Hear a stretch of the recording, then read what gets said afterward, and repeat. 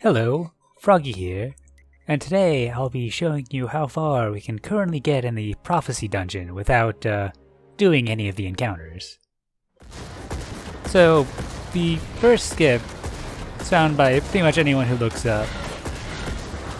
As soon as you enter, you see the nice enticing corridor here that you can go all the way up. You don't actually need any sword ammo to do this. You can kind of ride the half pipe with Lion Rampant and Catapult Lift and climb all the way up. But that's a pain to do, and sword is much easier.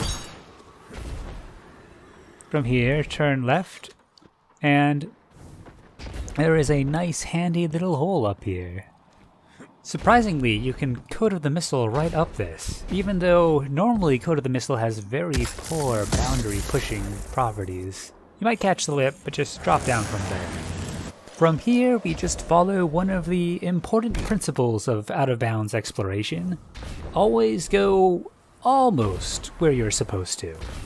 So we want to jump underneath the boss arena, which is about where the sequence of going down would take place, although I'm not sure where that tunnel is. I suspect it's somewhere way off in the distance. And now we are free to explore this area. You can grab any of the little grabbable things, or you can get the chest. And you can actually load into the Hexahedron room. So you want to make it over here to these stairs. And head underneath here. So, Stepmuffin there was the one who found this particular spot when we were exploring the other day. We initially thought it was a sparrow breach, but as it turns out, they just didn't put collision in a small section of the wall. Now, the nicest way to enter is from the top, and the easiest way to do that is some sparrow flying. But you can probably get there with some supers or combinations of things.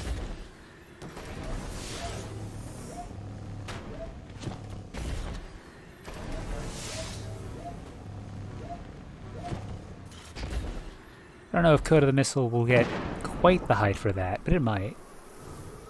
From here, you can just walk forwards and you'll load the room. So, Hexahedron is not just one room, as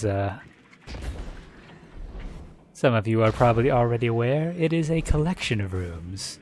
6 rooms, so it's more of a hexahedron. Each of them has their own copy of the area that you enter.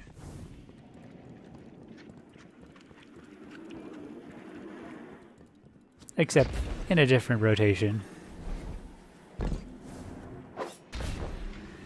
There's one more behind this that I just want to get a view of.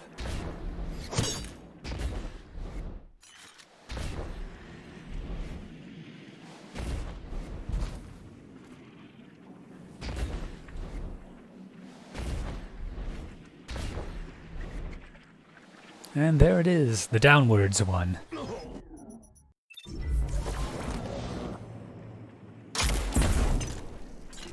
And, of course, we can just backtrack back to the top.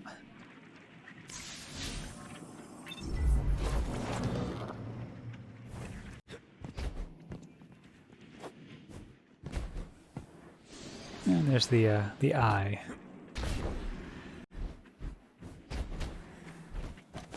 You can run right along this to reload into the Wasteland, which is really heaven hell.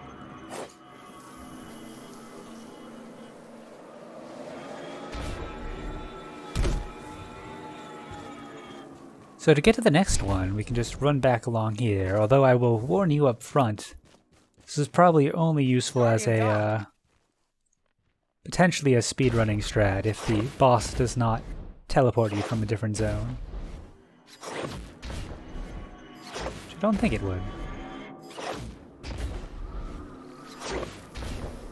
This sword flying here is kind of tight. You'll notice I speed up the cadence there to not drop any height.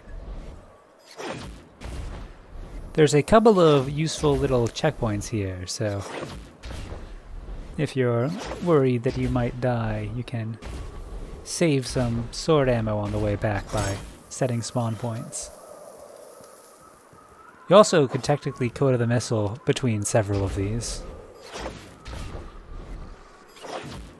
But sword recharges a bit faster.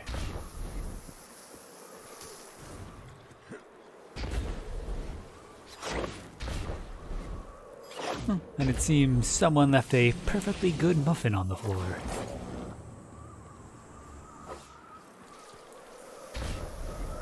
I like the left side, and you'll see why in a moment here.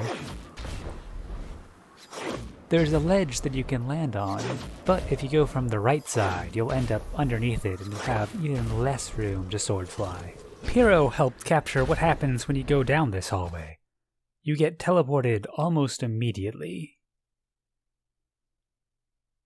The good news is that you can hit this teleport spot from outside of the map. The bad news is that you have to be on the right encounter for the teleporter to be active. I forgot to grab a clip when we managed to get it within the encounter. So this would probably only be useful for speedruns. Without that teleporter active, we'd have to get there on our own. And we'd need some very powerful glitches to do that. And without the quantum finisher, there's not much hope.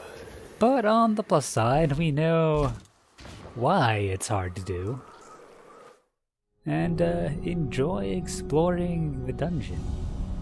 I would definitely check out the Hexahedron room because it's quite a sight.